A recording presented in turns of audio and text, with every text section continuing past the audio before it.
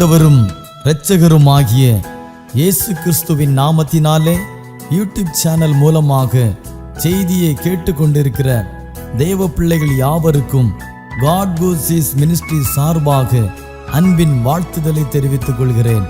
இந்த 6வது மாதமாகிய ஜூன் மாதத்திலே கர்த்தருடைய கிருபையும் இரக்கமும் சமாதானமும் உங்களோடும் உங்கள் குடும்பங்களோடும் தங்கியிருப்பதாக. தேவனுடைய சமாதானம் உங்களுடைய இல்லங்களிலே உங்களுடைய தனிப்பட்ட வாழ்க்கையிலே காணப்பட வேண்டும் என்று வாழ்த்தி ஆசீர்வதிக்கிறேன். உங்களுக்காகவும் உங்கள் குடும்பங்களுக்காகவும் தினந்தோறும் ஜெபித்து வருகிறோம். தேவனாகிய கர்த்தர் இந்த மாதத்திலே நம் கண்ணீருக்கெல்லாம் ஒரு பதிலை தர உண்மையுள்ளவராயிருக்கிறார் என்பதை நான் விசுவாசிக்கிறேன். நீங்களும் அதை விசுவாசித்து தேவனுடைய நாமத்தை மகிமைப்படுத்தி உங்களை ஒப்பு கொடுங்கள். கர்த்தருடைய வார்த்தையை விசுவாசிக்கிறவர்களுக்கு தேவனுடைய வார்த்தையினால் உண்டான சமாதானமும் மகிமையும் இரக்கமும் நிச்சயம் கிடைக்கும் என்பதில் சந்தேகமில்லை. இந்த மாதத்தில் கர்த்தருடைய வார்த்தை உங்கள் வாழ்க்கையில் கிரியை செய்யும்படியாக நீங்கள் உங்களை தேவனுக்கு முன்பாக ஒப்பு கொடுங்கள். தேவனாகிய கர்த்தர் உங்களையும் உங்கள் குடும்பங்களையும் ஆசீர்வதிப்பாராக. ஆமென்.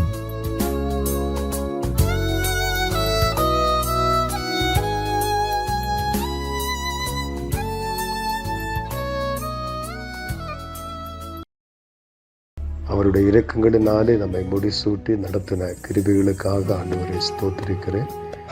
அவருடைய இரக்கங்களுக்கு முடிவில்லை என்பதாக நாம் வேதத்திலே வாசிக்கிறோம். நாம் கடந்து வந்த பாதைகளிலே வந்த வேதனைகள், கண்ணீர்கள், வாழ்க்கையில் வந்த எல்லா சூழ்நிலைகளிலும் தேவனுடைய கிருபை, அவருடைய இரக்கம் நம்மை பாதுகாத்ததற்காக ஆண்டவரை ஸ்தோத்திரிக்கிறேன். இந்த நாளிலும் நம்முடைய தியானத்திற்காக மத்தேயு எழுதின சுவிசேஷம் 11ஆம் அதிகாரம் 28வது வசனத்தை நான் உங்களுக்காக வாசிக்கிறேன். வருத்தப்பட்டு பாரம் சுமக்கிறவர்களே, நீங்கள் எல்லோரும் என்னிடத்திலே வாருங்கள், நான் உங்களுக்கு இளைப்பாறுதல் தருவேன் என்பதாக இயேசு சொல்லியிருக்கிறார். இந்த வேத வசனத்தின் மூலமாக ஆண்டவர் நம்மோடு இந்த நாளிலே பேசும்படியாய் ஜெபத்தோடு எதிர்பார்ப்போடு தேவனுடைய வார்த்தை கேட்கும்படி உங்களை கேட்டுக்கொள்கிறேன். ஆண்டவர் இயேசு கிறிஸ்து தம்மிடத்தில் வந்த ஜனங்களை பார்த்து சொன்ன ஒரு அருமையான வார்த்தை தான் நாம் இந்த இடத்துல வாசித்து கேட்டோம். இயேசு கிறிஸ்துவின் ஊழிய நாட்களிலே அவருடைய அருகாமையில் வந்ததான மக்கள் பலவிதமான வருத்தங்கள், கவலைகள், பிரச்சனைகள், தேவைகள், வியாதிகள், பிசாசின் கட்டுகள், இப்படி பலவிதமான சூழ்நிலைகளில் இருந்த மக்கள் இயேசு கிறிஸ்துவின் வசனத்தை கேட்கும்படியாய் அவரிடத்திலே வந்ததாக நாம் வேதத்திலே வாசிக்கிறோம். அவரிடத்தில் வந்த மக்களை பார்த்து ஆண்டவர் சொன்ன ஒரு வார்த்தையை தான் இந்த இடத்திலே நாம் வாசித்தோம். முதலாவது இயேசு சொன்னார், வருத்தப்படுகிறவர்களே என்பதாக.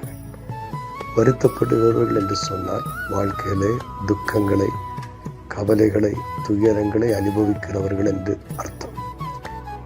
ஏசாயா 53ஆம் அதிகாரம் 4ஆம் வசனத்தில் இயேசு வேதம் எப்படி சொல்லுகிறது?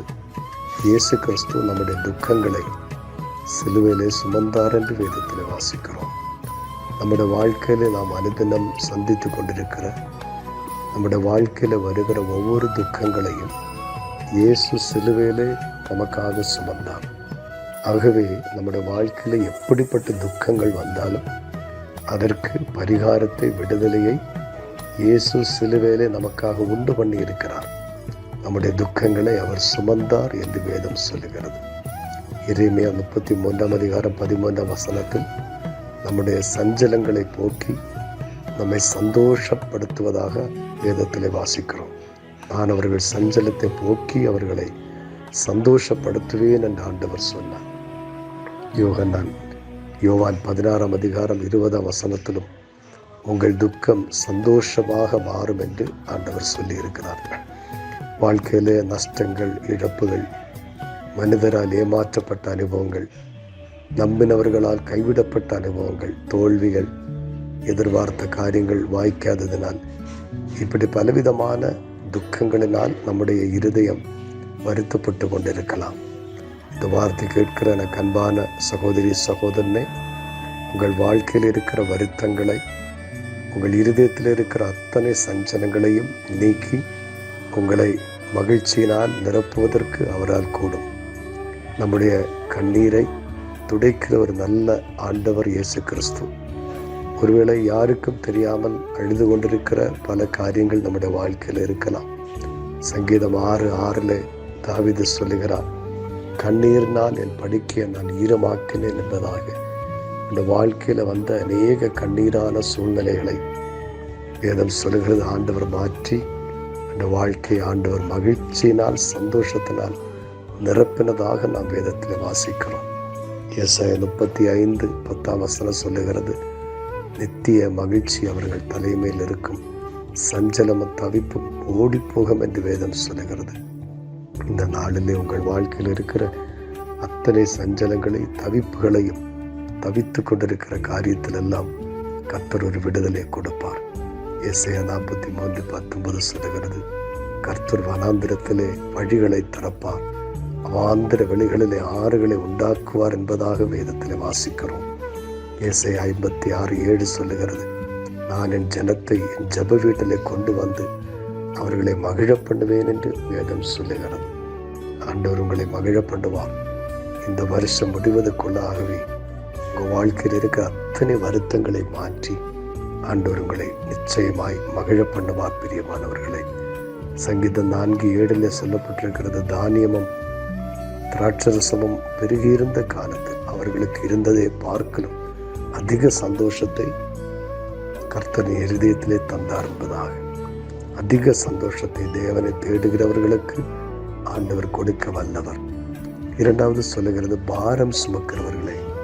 பாரம் சுமக்கிறவர் என்ற சுமை சுமக்கிறவர்கள், பொறுப்புகள், கடமைகள், வேலைகள், பலவிதமான அலுவல்களை தனியாக செய்ய முடியாமல் தவித்து கொண்டிருக்கிற அநேகர் உண்டு. ஐயோ, தனியாக எல்லாவற்றையும் என்னால் செய்ய முடியவில்லை, எனக்கு உதவி செய்ய யாரும் இல்லை, என்னோடு கூட இருக்க யாரும் இல்லை, எனக்கு ஒத்தாசையாக எனக்கு துணையாக யாரும் இல்லை என்று நினைக்கிறவர்கள் உண்டு.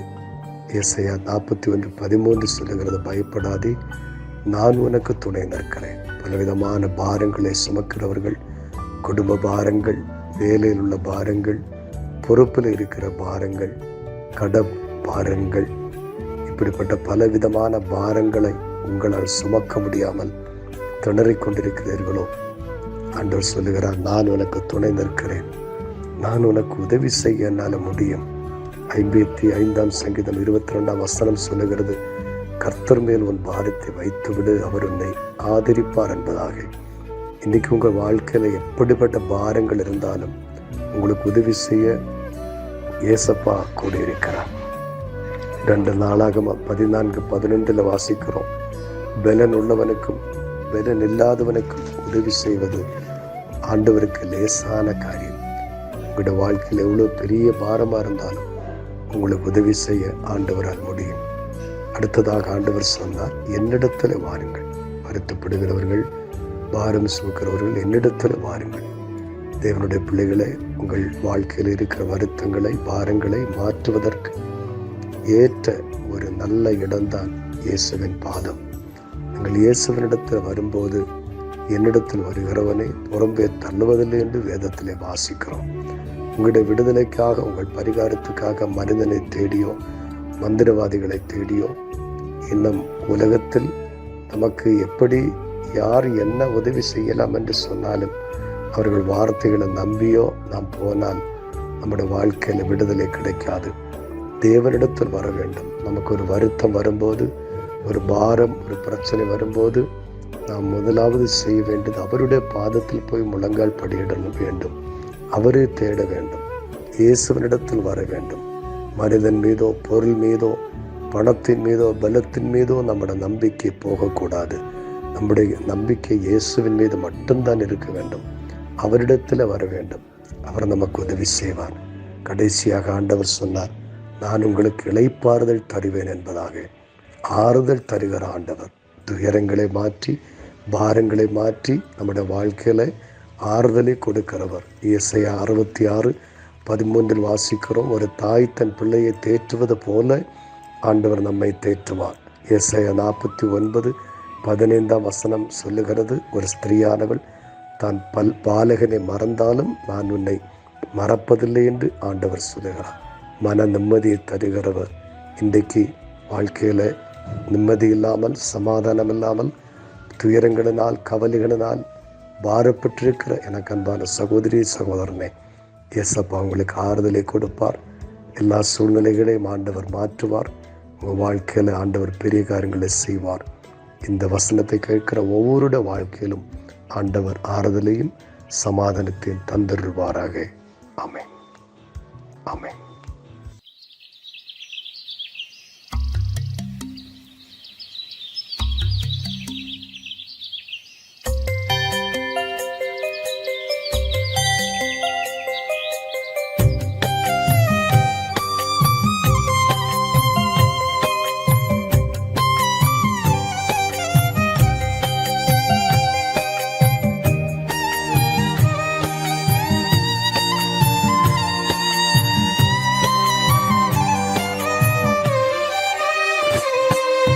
வைகரையில் உமக்காக வழி மேல் விழி வைத்து காத்திருக்கின்றேன் இறைவா. காலை நேரம் உமக்காக வழி மேல் விழி வைத்து காத்திருக்கின்றேன் இறைவா. என் ஜெபம் கேட்டு பதில் தாரும், பெருமூச்சை பார்த்து மனம் இறங்கும். என் ஜெபம் கேட்டு பதில் தாரும், பெருமூச்சை பார்த்து மனம் இறங்கும். வைகரையில் உமக்காக வழி மேல் விழி வைத்து காத்திருக்கின்றேன் இறைவா. காலை நேரம் உமக்காக வழி மேல் விழி வைத்து காத்திருக்கின்றேன் இறைவா.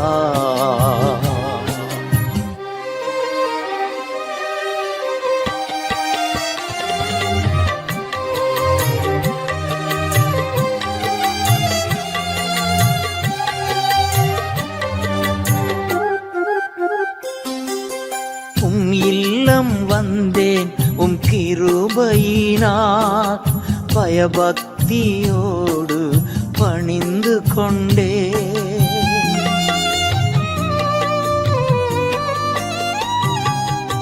நிறைவான மகிழ்ச்சி உம் சமூகத்தில், குறையில்லாத பேரின்பம் உம் பாதத்தில். வைகரையில் உமக்காக வழி மேல் விழி வைத்து காத்திருக்கின்றேன் இறைவா. காலை நேரம் உமக்காக வழி மேல் விழி வைத்து காத்திருக்கின்றேன் இறைவா.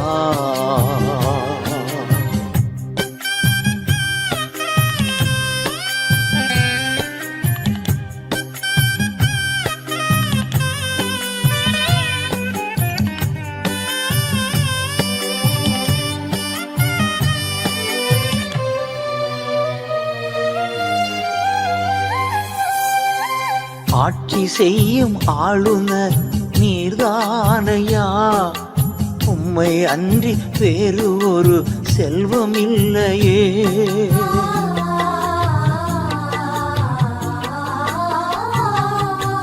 நீர்தானே எனது உரிமை சொத்து, எனக்குரிய பங்கும் நீர்தானையா.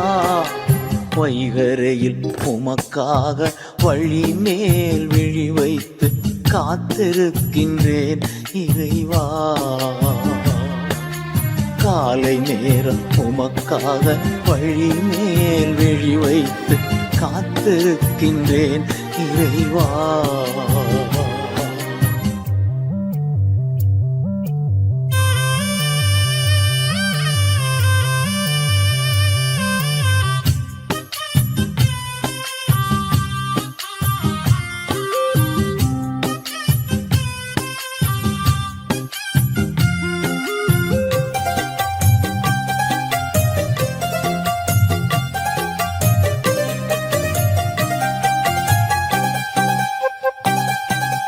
படுகுழியில் பாதாளத்தில் விடமாட்டி அழிந்து போக அனுமதியும் தரமாட்டி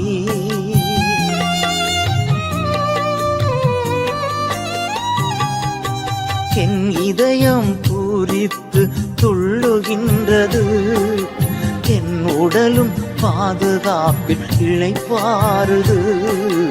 வைகரையில் உமக்காக வழி மேல் விழி வைத்து காத்திருக்கின்றேன் இறைவா. காலை நேரம் உமக்காக வழி மேல் விழி வைத்து காத்திருக்கின்றேன் இறைவா.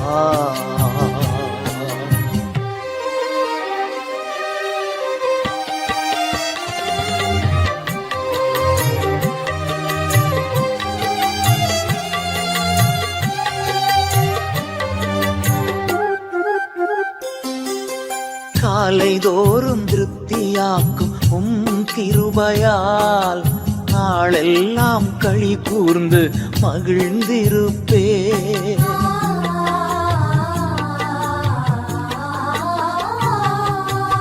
எப்போதும் என் முன்னே நீர்தானையா, ஒருபோதும் அசைவுற விடமாட்டே.